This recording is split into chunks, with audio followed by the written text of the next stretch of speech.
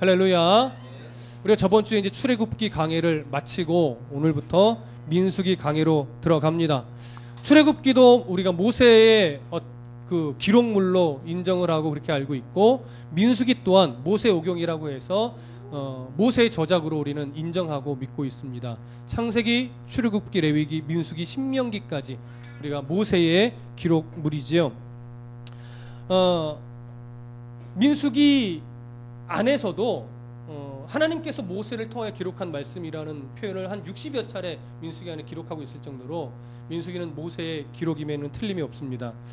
우리가 민수기라고 하는 이 책의 제목을 보면 그냥 여러분 우리 한글로 민수기 하면 이게 무슨 의미지? 이렇게 돼요. 영어로 하면 넘버스 이렇게 돼 있어요. 그래서 북 오브 넘버스 이렇게 돼 있는데 숫자들의 책이라고 이렇게 보통 이제 의미가 부여됩니다. 숫자들의 책. 왜 그러냐면 민수기 안에는요 인구 조사에 대한 기록이 두 차례나 기록이 되어 있습니다. 첫 번째는 1장부터 10장에 기록되어 있는 내용인데 출애굽 1세대의 인구를 조사하는 내용이 건 10장에 걸쳐서 기록이 되어 있어요. 그리고 한 26장으로 넘어가면서 출애굽 2세대, 이제 가나안 땅에는 1세대는 들어가지 못하고 2세대만 들어가게 되는데 그 2세대를 향한 인구 조사 내용이 또 한 번 기록이 됩니다.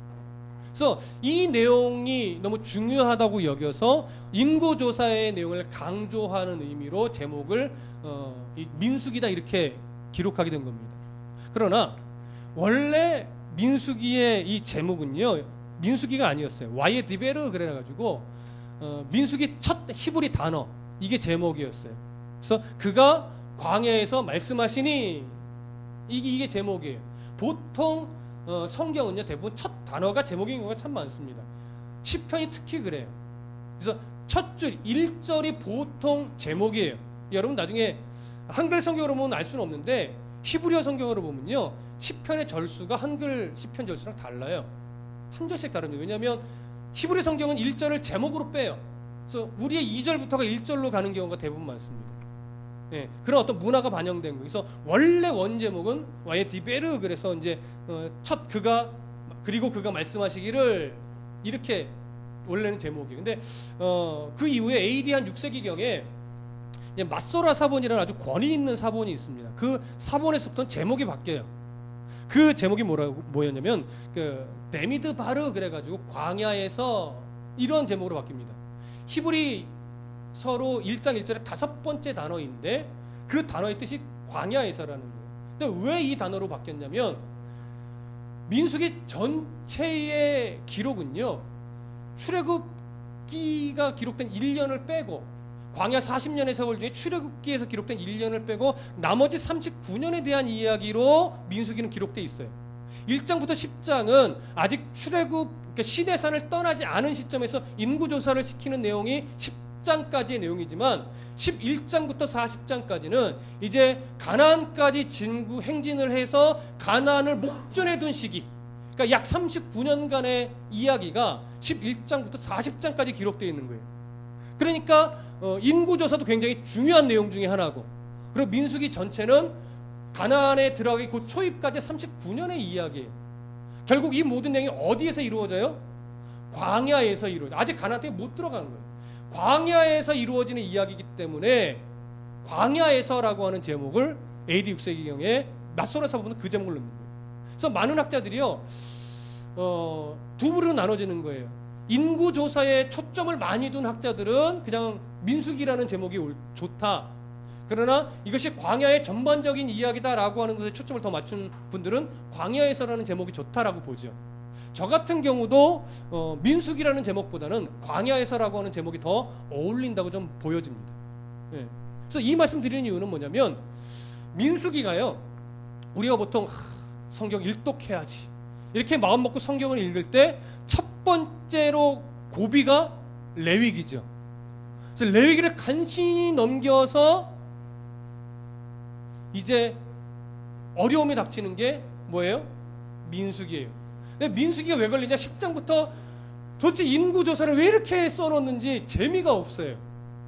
그러다 보니까 민수기 초반에서 그냥 포기하고 에이 하고서 민수기 건너뛰자. 그러다 보니까 어디가 걸려요? 모세의 어떤 고별 설교와 같은 신명기에서 또 한 번 걸리죠. 안 되겠다. 이것도 건너뛰자. 그래서 다시 시작하는 게 어디예요? 여호수아에서부터 이제 쭉 읽어 내려가죠. 예. 그런데 그래서 조금 읽기에 버겁고 보통 설교도 제대로 잘 되어지지 않는 부분이 민수기입니다. 레위기는 더더군다나 마찬가지고.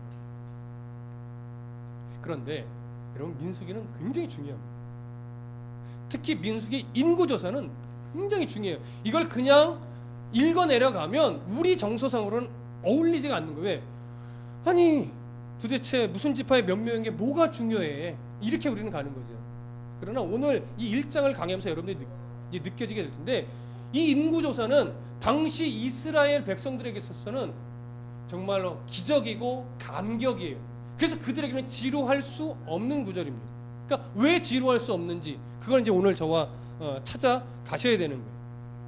자, 일단 민수기는요, 첫 번째 약속의 땅으로 가는 그 과정 속에서 하나님이 얼마나 아브라함에게서부터 하셨던 그 약속을 신실하게 지켜내셨는지를 숫자로 증명하는 내용이 첫 번째 포커스입니다. 그리고 두 번째 포커스는 이스라엘 백성이 약속의 땅 가나안 땅으로 들어가기까지 하나님이 어떻게 역사하셨는가, 그 하나님의 역사를 드러내 보여주는 것이 두 번째 포커스예요. 그러니까 이 두 가지 포커스가, 첫 번째 하나님이 숫자로서 이스라엘을 얼마나 신실하게 언약을 지켜내셨는가, 이것을 드러내는 게 1장부터 10장까지 내용이라면 10장부터 40장까지 내용은 가나안 땅에 들어가기까지 이스라엘 백성은 얼마나 포기하지 않고 그들을 지켜내셨는가, 이거예요. 이게 바로 11장부터 40장까지 내용이에요. 예. 저 방이 안 되니까 그냥 놔두셔도 돼요. 예. 소리 내는 건 아무 상관없습니다. 그래서 이 두 가지에 초점을 그 민수기 전체가 이제 가게 되는데, 여러분,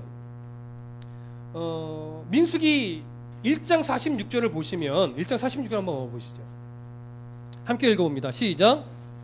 계수된 자의 총계는 60만 3,550명이었더라. 자, 집회별로 전쟁에 나가 싸울 수 있는 20세 이상의 성인 남자의 숫자를 계수한 거를 다 합쳐보니까 오늘 본문에 60만 3,550명이라는 숫자가 나왔어요. 그리고 한 군데 더 찾아보시죠. 민수기 26장 51절. 민수기 26장 51절을 보시면, 찾으신 분들만 함께 읽어보겠습니다. 시작. 이스라엘 자손의 계수된 자가 60만 1,730명이었더라. 이게 또 한 번의 인구조사를 했을 때 이 인원이에요. 남자들, 20세 이상의 성인 남자들의 숫자예요. 그러면 자, 첫 번째 이 인구조사는 아직 시내산을 출발하기 전에 출애굽한 지 1년 정도 될 무렵의 인원수이고, 대략 39년이 또 흘러가서 40년이 됐을 무렵에 가나안을 초입해 둔 출애굽 2세대 중에 20세 이상의 성인 남자만 계수한 숫자가 두 번째 60만 1,730명이라는 겁니다. 그러면 처음에 출애굽 1세대를 기준으로 이스라엘 백성의 숫자를 쟀을 때 남자만 60만 이상이라는 것은 전체 어린아이, 여자, 노인들의 숫자를 합치면 몇 명 정도 된다는 이야기예요? 200만 명이 넘는다는 얘기예요. 근데 막상 40여 년의 세월이 흘러서 출애굽 광야 시대를 마치고 이제 가나안 땅에 들어갈 그 초입에 1세대는 이제 거의 죽는 것이고, 2세대를 기준으로 해서 광야에 가나안 땅에 들어갈 인원수를 계수하니까 또 60만 명이 넘었죠. 그럼 결국 그 2세대를 중심으로 아이와 여인들을 계수하면 또 대략 몇 명 된다는 얘기입니까? 그것도 200만 명 정도 된다는 얘기예요. 결국 이 200만 명이라는 숫자는 하나님께서 누구에게 처음에 언약하신 거예요? 아브라함에게. 하늘의 별과 같이 땅의 모래와 같이 너의 자손을 번성하게 해주겠다. 이 언약이 누구에게 이어져요? 이삭에게 이어져요. 또 누구에게 이어져요? 야곱에게 이어져요. 그리고 본격적으로 누구 때에 그것이 번성의 역사가 진행이 됩니까? 요셉 시대에서부터 고센 땅에 거하는 430년의 여년 동안 어떻게 돼요? 자손 번성을 해서 200만 명의 숫자를 이뤄낸 거예요. 그래서 언약의 하나님 하면 누구의 하나님이라고 해요? 아브라함의 하나님, 이삭의 하나님, 야곱의 하나님이에요. 요셉의 하나님 이야기하지 않아요. 유다의 하나님 이야기하지 않아요. 모세의 하나님도 이야기하잖아요. 그렇죠? 그때는 언약을 주었을 때예요.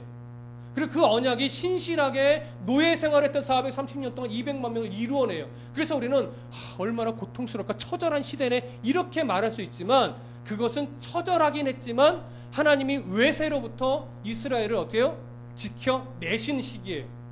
그러니까 불행한 시대만은 아니라고 하는 거죠. 430년 동안 200만 명을 이룰 수 있는 민족이 되게끔 지켜내셨고, 그래서 출애굽하게 하신 거예요. 200만 명의 인원이. 그래서 그 200만 명이라는 건 이제 민족의 개념이 거기서부터 이제 들어가는 거예요. 민족의 개념이. 이스라엘은 이제 한 부족이 아니라 민족이에요. 그래서 그 민족을 끝까지 40년 동안 하나님이 신실하게 지켜내셨고, 그 지켜낸 200만 명의 숫자가 드디어 여호수아서를 기점으로 가나안 땅에 들어가는 거죠. 그러니까 이스라엘 백성들은 이 인구의 숫자를 딱 바라보면서 정말 하나님이 우리를 민족 되게 하셨네, 이걸 보게 되는 거죠. 그러니까 여러분, 이 인구를 계수하고 총합을 하면서 이스라엘 전체 인구를 계산하게 될 때 그들에게 오는 감격을 한번 생각해 보세요. 야, 우리 민족이 이제는 그 어느 나라도 함부로 대할 수 없는 정말 하나의 굳건한 이제 나라가 되겠구나. 감격이란 말이에요. 우리가 그 감격을 잘 느끼지 못하는 거예요. 근데 그 시대, 그 민족이라는 어떤 그 상황으로 내가 들어가 보면 이거는 엄청난 감격이 될 수 있는 겁니다. 그것이 바로 민수기에 나와 있는 뭐예요? 인구조사의 의미예요.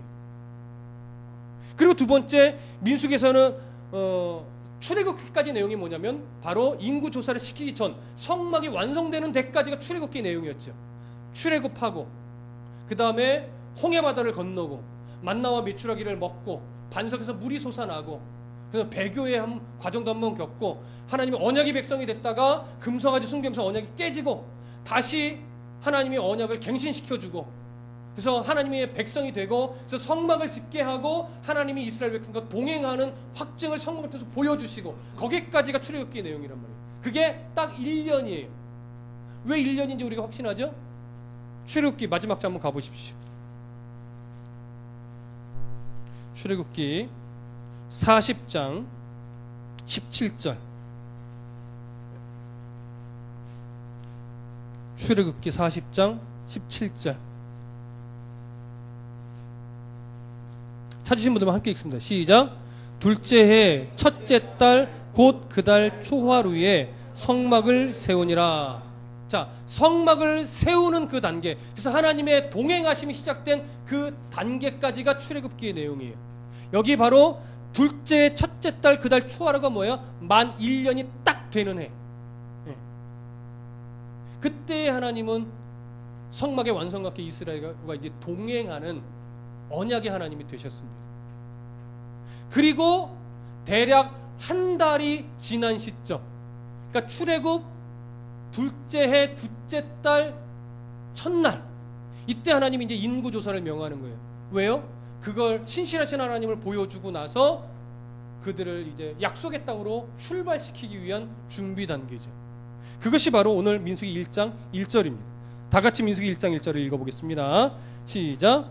이스라엘 자손이 애굽 땅에서 나온 후 둘째 해 둘째 달 첫째 날에 여호와께서 시내 광야 회막에서 모세에게 말씀하여 이르시되, 그러니까 언제입니까? 출애굽한 지 1년하고 한 달 되는 요때에 이제 인구조사를 시킨 거예요.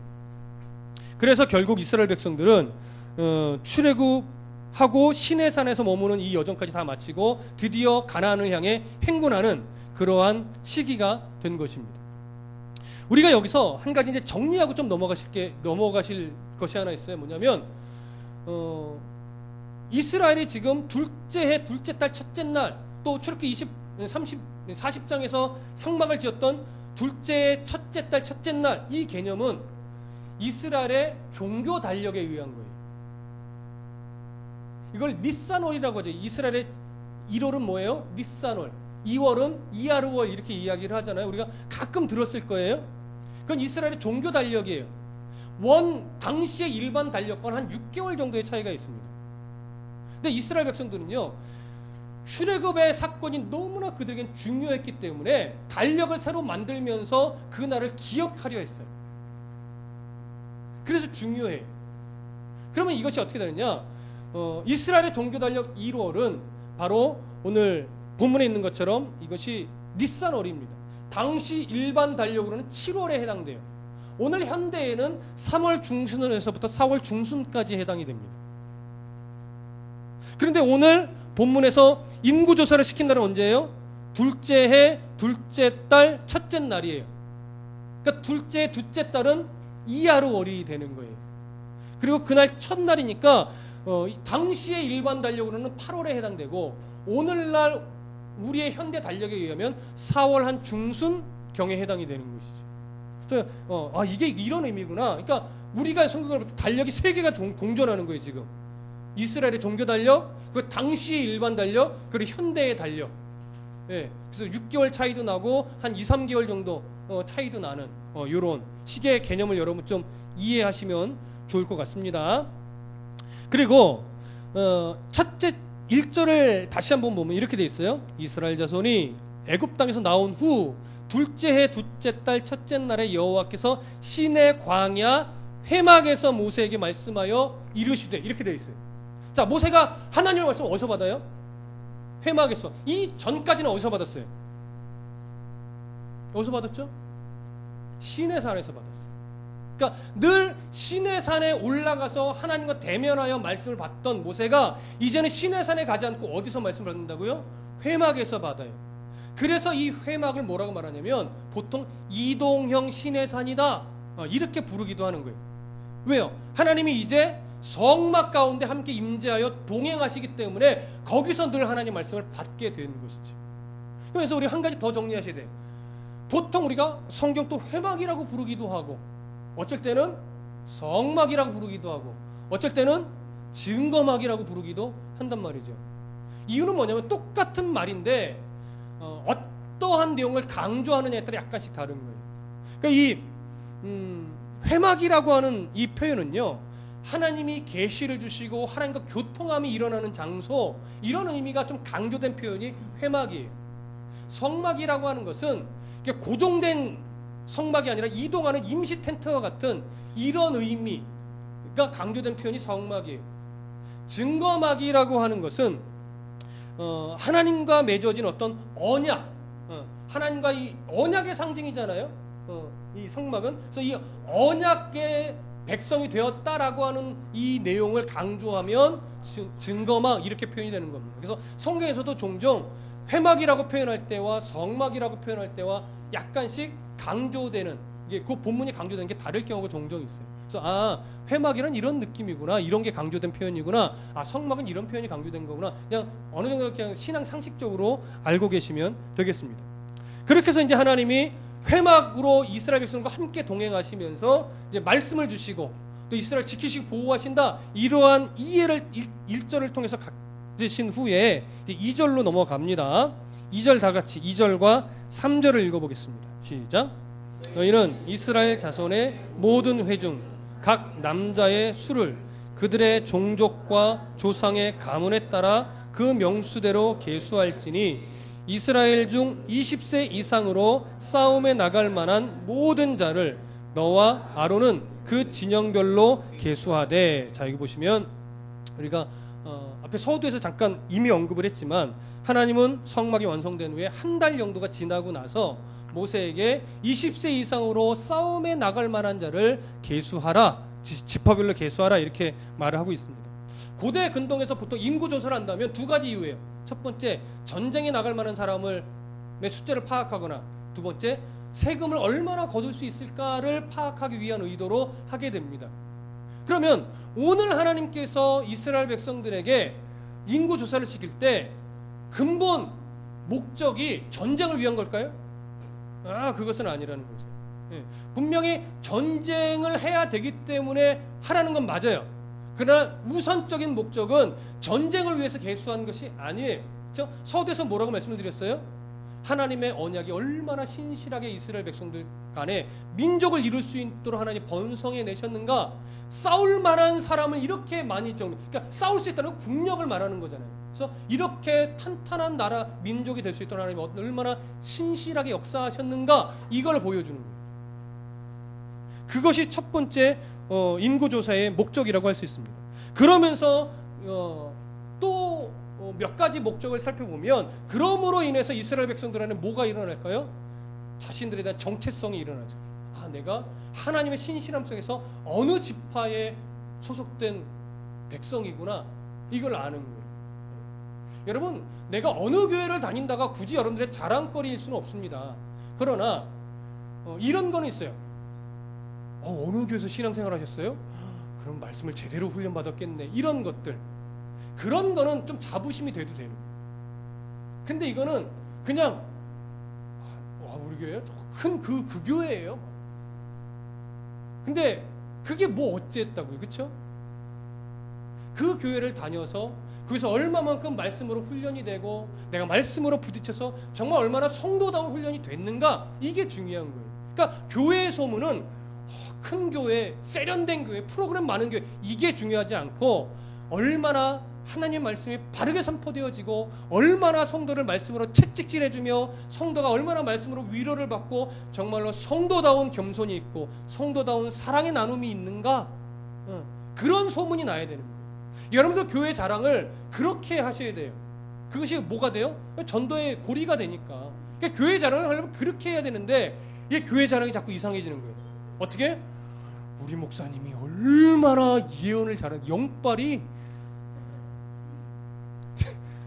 속된 말로 저는 영빨이 있어요, 없어요? 너무 적나라하신데? 없어요, 여러분. 그런 의미의 영빨은 저는 하나도 없단 말이에요. 그쵸? 우리 목사님 기도해주면 병이 진짜 막 낫더라고. 내가 그날 아파가지고 목사님 기도받았는데 싹 났어. 그러한 능력이 제게 가끔 있으면 좋겠다 생각이 들 때도 있지만 없어요. 진짜 중요한 소문은 뭐라고요?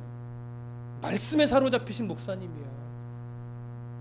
말씀에 사로잡힌 성도가 우리 교회는 가득 차 있어. 이게 자랑이 돼야 돼요. 그건 자랑하셔도 돼요. 근데 그 자랑할 때 그게 어깨에 힘주라는 것이 아니라 그 자랑할 만큼 뭐예요? 우리는 성도다운 겸손과 성도다운 이해와 용납이 그래서 필요한 거예요. 맨날 다른 사람을 힘들게 만들고 막 욕만 먹는데 우리 교회는 말씀에 사로잡혀 있어, 막 이래버리면 도대체 그 말씀에 사로잡힌 건 뭐야, 이렇게 되는 거지. 그런 자랑을 할 만큼의 성도다움이 우리의 삶에 뭐예요? 묻어나야 돼요. 그런 정체성, 지금 이스라엘 백성들에는 그런 정체성이 필요합니다. 그리고 그렇게 지파별로 인구수를 계수할 때에 이제 나중에 이제 2장 3장 넘어가면서 나오지만 각 지파별로 회막을 중심으로 어디에 위치해야 되는지, 그리고 행군할 때 어느 순서를 가야 되는지가 나와 있어요. 그러니까 뭐예요? 자신들의 위치를 알려주게 되죠. 무엇을 중심으로 우리가 어디에 서서 어떻게 가야 되는지. 항상 하나님의 임재하신 성막과 별개로 움직이지 않아요. 성막을 중심에 두고 이스라엘 백성은 항상 움직이게 되어 있습니다. 그런 자신들의 위치와 역할을 알려주죠. 이 인구조사를 기점으로 해서. 그래서 중요합니다. 근데 이렇게 중요한 사건들의 어떤 이면 속에 또 하나 중요한 것이 있어요. 이제로부터 물론 이 전에도 마찬가지지만 이제로부터 더 특별히 하나님은 이스라엘 백성들을 한 사람 한 사람, 한 지파 한 지파 지켜내시고 보호하신다라고 합니다. 왜? 목자가 양 한 마리 한 마리를 계수할 때 이유는 뭐죠? 내 양떼들이 잘 있나? 잃어버린 양떼가 없나? 잃어버렸으면 찾아 나서기 위해서. 하나님의 마음이에요. 그래서 민수기의 인구조사는요, 그런 하나님의 마음이 담겨 있는 거예요. 한 영혼 한 영혼이 내게 얼마나 소중한지 아느냐? 내가 너희를 포기할 것 같으냐? 내가 너희를 잃어버릴 것 같으냐? 여러분, 오늘 하나님이 어쩌면 정말로 하나님이 지켜내실 그 양들을 하나하나 또 세고 계신지 모르겠어요. 세상 속에 방황하고 잃어버린 영혼이 없는가? 우리 하나님이 지금도 막 안타까우면서 한 영혼 한 영혼 헤아리실 거예요. 근데 우리는 그 한 영혼에 대한 안타까움이 너무 식어져 있는 거죠. 우리는. 하나님은 그렇게 헤아리고 계신데 정작 우리는 한 영혼의 소중함을 자칫 잃어버리는 경우가 많은 것 같습니다. 한 영혼의 소중함을 안다면 어떻게 돼요? 성도를 대하는 표정부터 달라야 돼요. 성도를 대하는 말투가 달라야 되고요. 성도를 바라보는 우리의 마음 자세가 달라져야 돼요. 근데 그게 생각만큼 쉬운 게 아닙니다. 여러분, 저는 다드림교회 목회자로서 여러분들을 사랑합니다. 네, 그건 틀림이 없습니다. 근데 저는 종종 제 사랑의 깊이가 참 낮다라고 하는 걸 이렇게 보게 될 때가 있어요. 그래서 속상해요. 더 깊이 한 성도 한 성도, 한 청년, 한 학생을 정말로 깊이 사랑하고 싶은데 사랑의 수준이 제가 낮은 걸 발견을 해요. 내가 아직 이 정도구나. 내가 아직 이 정도구나. 그래서 기도합니다. 하나님, 한 영혼, 한 성도 한 성도를 정말 깊이 사랑할 수 있는 목사가 되게 해주십시오. 저도 오래 걸릴 것 같아요. 평생의 숙제가 되겠죠. 저도 그렇지만 여러분들도 마찬가지라는 거예요. 여러분 분명히 다 알잖아요. 얼마나 성도가 성도 안에 깊은 사랑의 교제를 나눠야 하는지. 하나님이 원하시는 거잖아요. 하나님을 사랑하고 그 사랑을 어떻게 증명하라? 이웃을 사랑하는 것으로 증명하라. 알지만 그게 말처럼 쉽지 않습니다. 말처럼 쉽지 않습니다. 그래서 기도해야 돼요. 하나님, 그리스도의 사랑을 본받는 자가 되게 해주십시오. 민수기의 인구 조사를 할 때 하나님의 그 마음, 한 영혼도 잃어버리고 싶지 않은 하나님의 그 마음을 오늘 우리가 이 인구 조사의 내용을 통해서 우리가 본받을 수 있어요. 재미없어. 이게 아니에요, 여러분. 이 12지파의 인구 숫자를 기록할 때 하나님의 마음을 한번 생각해 보시라고요. 얼마나 하나님의 그 깊은 사랑이 여기에 담겨 있는지. 자, 1장 4절에 보시면 각 지파의 각 조상의 가문의 우두머리 한 사람씩을 너희와 함께하게 하라. 모세와 아론에게만 지시한 것이 아니에요. 각 지파의 어떤 지도자들과 함께 일하라고 이야기하고 있어요. 그래서 인구조사 기간이 총 며칠 걸렸냐면 20일 걸렸어요. 그래서 형제 연합, 동역, 이것이 굉장히 중요합니다, 여러분. 나중에 사무엘서에 가시면 다윗이 인구조사하는 장면이 한 번 더 나오는데 다윗은요, 인구조사를 얼마나 걸렸는지 아세요? 9개월 20일이 걸렸어요. 이때보다 9개월이나 더 오래 걸렸어요. 근데 다윗 때는 어떻게 했냐면 각 지파의 지도자들과 함께하지 않고 자기가 조사단을 파견했어요. 그러다 보니까 9개월 20일이 걸리더라고요. 그러나 이때는 하나님이 각 지파의 지도자들과 연합해서 하라고 하니까 20일밖에 안 걸렸어요. 그러니까 교회는 목사 혼자 세워가는 곳이 아니다. 이거 아셔야 돼요. 다른 교회는 목회자와 성도가 말씀으로 연합하여 함께 세워가는 거예요. 절대 놓치지 마십시오. 여러분들이 없으면 교회가 세워지지 않습니다. 저 혼자 열심히 한다고 교회가 세워지는 것 아닙니다, 여러분. 저와 여러분 함께 교회다운 교회를 만들어 가셔야 돼요. 그리고 여러분들과 여러분들이 함께 연합하며 교회를 만들어 가셔야 돼요. 그래서 사랑의 나눔, 사랑의 교제가 그래서 필요합니다. 그래서 성도는요, 가능하면 예배만 드리는 것이 아니라 예배와 성도의 교제, 그래서 식사 자리가 그래서 중요해요. 그래서 함께 교제 나누는 이런 모습이 정말 필요합니다. 성숙해지면 더 깊은 교제를 나누는 그런 관계가 되는 것이죠. 그만큼 중요하다는 거 여러분 이해하시고요. 그래서 17절부터 46절까지가 각 지파별로 몇 명이었더라 그 얘기가 나오는 거예요. 21절 루벤 지파에서 계수된 자는 46,500명이었더라. 23절 시몬 지파에서 계수된 자는 59,300명이었더라. 25절 갓 지파에서 계수된 자는 45,650명이었더라. 쭉 내려가서 46절 계수된 자의 총계는 60만 3,550명이었더라. 그 중에 가장 많은 지파는 유다 지파로서 74,600명이었고 가장 적은 지파는 므낫세 지파로서 32,200명이었습니다. 그러니까 각 지파마다 최소한의 인원은 10만 명 이상이 된다라고 하는 거예요. 유다 지파는 20만 이상이 되겠죠. 대략. 이 정도로 우리 지파를 하나님 이렇게 세우셨구나 이걸 이제 보여주는 거예요. 그러고 나서 민수기 1장 47절로 가보십시오. 47절 함께 읽어봅니다. 시작. 그러나 레위인은 그들의 조상의 지파대로 그 계수에 들지 아니하였으니. 자, 우리가 잘 알고 있는 내용입니다. 레위 지파는 그 인구 조사에 들지 않았습니다. 왜냐하면 레위 지파는 성막을 세우고 또 성막을 걷고 또 성막을 운반하는 그런 책임을 맡은 자였어요. 그리고 모든 제사장들의 제사 행위를 돕는 역할을 맡은 자들이었어요. 그래서 그들은 전쟁에 나가지 않습니다. 하나님을 예배하고 또 하나님의 임재하신 성막과 관련된 일에 책임을 맡은 자였기 때문입니다. 근데 여러분, 왜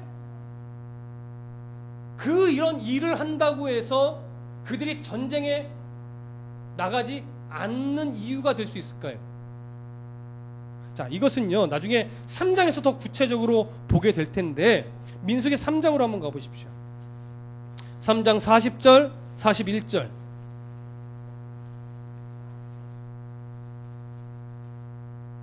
민수기 3장 40절, 41절 함께 읽습니다. 시작. 여호와께서 또 모세에게 이르시되 이스라엘 자손의 처음 태어난 남자를 1개월 이상으로 다 계수하여 그 명수를 기록하라. 나는 여호와라. 이스라엘 자손 중 모든 처음 태어난 자 대신에 레위인을 내게 돌리고 또 이스라엘 자손의 가축 중 모든 처음 태어난 것 대신에 레위인의 가축을 내게 돌리라. 자, 저를 보세요. 레위인을 구별하여 성막과 관련된 일을 그리고 제사와 관련된 일을 시킨 이유는 뭐냐면 이스라엘의 모든 백성들 중에 처음 난 장자가 원래 하나님께 드려져야 돼요. 어느 때부터? 출애굽할 때 6월절의 사건을 계기로 하나님이 이스라엘의 장자도 다 죽어야 하지만 어린 양의 피를 문설주에 바름으로 말미암아 그들을 죽이시지 않았어요. 그래서 이스라엘의 모든 장자는 다 하나님이 살려주신 누구 소유다? 하나님의 소유다 이거예요. 근데 장자라고 하는 것은요, 항상 이스라엘에서는 대표의 원리가 적용돼요. 그러니까 한 가정에 장자가 하나님 거라는 것은 그 가정 전체가 다 누구 것이다? 하나님 것이다. 장자가 잘못하면 그 가정이 잘못하는 것과 마찬가지예요. 왜요? 인류의 대표인 아담의 범죄로 말미암아 모든 후손이 죄인으로 태어난다고요. 대표가 그래서 중요해요. 그래서 이스라엘의 모든 장자는 하나님 거예요. 하나님을 위해서만 장자는 삶을 드려야 돼요. 근데 하나님이 이스라엘의 모든 장자를 그렇게 쓰지 않고 누구를 대신? 그들의 장자를 대신 레위인을 세운 거예요. 그래서 레위인 한 사람당 이스라엘 레위 지파를 뺀 다른 지파의 장자 한 사람 1인 1체제가 되는 거예요, 말하자면. 그래서 한 가정을 레위인 한 사람이 하나님께 온 삶을 드리는 역할을 책임지는 거예요. 나중에 3장 이후로 가면 나오지만 그렇게 계수해 보니까 대략 레위인 숫자가 몇 명이 모자르냐? 273명 정도가 모자릅니다. 그래서 그것을 하나님 앞에 헌금으로 그 대속 예물을 드리게 해요. 그래서 레위인은 이스라엘의 모든 종족의 또 가문의 대표 자격으로 뭘 안 하는 거예요? 전쟁에 나가지 않고 세금을 내지 않는 거예요. 대신에 성막, 하나님 임재와 관련된 성막과 관련된 일을 전담하고 제사와 관련된 모든 일을 제사장을 돕는 역할을 책임지는 거예요. 그러니까 이스라엘의 모든 백성을 대표하는 거니까 얼마나 중요합니까? 이해되시죠? 그래서 그들이 범죄하면 결국 누가 범죄하는 것과 똑같아요. 이스라엘이 범죄하는 것과 똑같아요. 구약의 성경을 잘 뜯어보시다 보면 이스라엘의 제사 행위가 오염되고 부패될 때 하나님은 언제나 이스라엘을 심판하셨어요. 책망하셨어요. 이스라엘의 제사 행위가 올바로 설 때 하나님은 늘 기뻐하셨어요. 그래서 더 성결한 삶을 누가 살아야 돼요? 제사장들이 살아야 돼요. 레위인들이 살아야 되는 거예요. 더 구체적인 건 3장 가서 보겠습니다. 자, 이 얘기는 모든 이스라엘 민족의 숫자를 계수한 후에 레위인의 얘기를 끄집으면서 그들은 성막과 관련된 일을 하게 하고 그들을 구별해 놓으신 이유가 뭘까요? 이스라엘의 힘은 군사력에 있다 없다? 군사력에 없다. 이스라엘의 궁극적인 힘은 군사력에 있는 것이 아니라 성막을 얼마나 거룩하게 잘 지켜내는가, 그리고 하나님께 얼마나 바르게 예배하는가, 그것이 진짜 이스라엘의 힘이라고요. 근데 이것을 이해하지 못하고 이스라엘이 자꾸 군사력에 치우칠 때 이스라엘은 뭐예요? 병드는 거예요. 분명히 하나님이 그들을 싸우게 하지만 그들은 힘으로 싸우는 자들이 아니라고요. 거룩한 하나님의 백성이라고 하는 분명한 의식으로 싸우는 거예요. 하나님의 임재하심으로 싸우는 거예요. 근데 이걸 놓치고 자꾸 이방의 군사력을 무서워하고 그들처럼 우리도 군사력만 강하게 하려고 하다가 그들은 넘어지고 타협하고 오염되고 변질되는 겁니다. 여러분, 오늘 우리도 분명히 알아야 됩니다. 이 땅에서의 성도의 전쟁은 돈 많이 버는 전쟁이 아니라고. 쩐의 전쟁이 아니에요. 성도는 얼마나 높은 자리를 차지하느냐, 얼마나 고속 승진하느냐, 얼마나 좋은 대학을 나오느냐, 그것이 성도의 전쟁이 아니라고요. 얼마나 하나님을 바르게 아느냐, 얼마나 내 인생이 하나님 손에 붙잡혀 있다는 사실을 빨리 깨닫느냐, 그리고 그 하나님께 내 인생을 정말 그냥 맡겨버려서 하나님 죽일 테면 죽이세요 라고 하나님 앞에 정말 나아갈 수 있느냐, 그게 정말 힘이라고요. 근데 우리가 왜 그 힘, 그 실력을 발휘하지 못해요? 자꾸 군사력에 우리가 목을 매기 때문에. 그게 전부인 것처럼 자꾸 착각하니까 승리하는 성도의 삶을 못 살아요. 늘 감사의 제목을 보면 잘 되게 해주신 것만 감사하는 이런 어리석음을 범한다고요. 오히려 성도의 감사는 뭐예요? 안 될 때 감사하는 거예요. 내가 원하는 대로 하나님이 듣지 않아주시고 응답해 주시지 않을 때 오히려 더 감사해야 돼요. 근데 그건 감사 안 해요. 창피하다고. 안 창피해요, 여러분. 대학 떨어져도 창피한 거 아니에요. 그게 왜 창피해요? 하나님이 주신 길을 놓칠 때, 서울대학 붙었는데 하나님의 뜻을 몰라, 예배의 가치를 몰라, 그건요 자식 실패한 거예요, 여러분. 막 연봉 수십억 원의 직장을 들어갔는데 하나님을 몰라, 실패한 거예요. 좋은 직장 들어가게 해주셔서 감사합니다. 정신 나간 거예요, 여러분. 물론 신앙도 좋고 또 글을 들었으려고 돈도 잘 벌게 하실 수 있어요. 그런 하나님 제가 무시하지 않습니다. 그런데 교만할 이유가 없는 거죠. 자랑질할 이유가 없는 거죠. 그런데 대학 떨어졌다고, 뭐 사업이 좀 실패했다고, 뭐가 좀 어쩌다고 낙심할 이유가 없어요. 근데 성도라고 하는데 자꾸 낙심의 늪에 빠지고 자꾸 하늘을 찌르는 교만에 막 서가고, 이거는 잘못된 겁니다. 하나님을 모르는 겁니다. 하나님의 마음을 모르는 거예요. 성도의 힘은 뭐다? 하나님을 아는 거다. 성도의 힘은 바른 예배를 통해서 나를 하나님께 드리는 게 성도의 힘이에요. 하나님 손에 얼마나 내가 철저히 붙들려 있는가, 이게 성도의 힘이라고요. 이거 놓치면 무능력한 성도가 됩니다. 그냥 돈만 많이 버는 성도가 됩니다. 그냥 명예만 있는 성도가 됩니다. 하나님은 그거 원하지 않습니다. 하나님은 오늘도 우리의 하나님의 백성 숫자 한 사람 한 사람을 계수하고 있다. 내 백성, 내 자녀, 내 손에 붙들린 성도가 몇이나 되는가? 아이고, 저 성도도 내 손에 붙들려야 되는데 쟤는 자꾸 물질에만 매여 사는구나, 쟤는 자꾸 자녀에만 매여 사는구나, 쟤는 자꾸 사업에만 매여 사는구나, 쟤는 자꾸 뭐에만 매여 사는구나. 내 손에 좀 붙들리면 안 되겠니? 하나님 손에 붙들린 성도가 되시기를 간절히 부탁드립니다. 기도하겠습니다.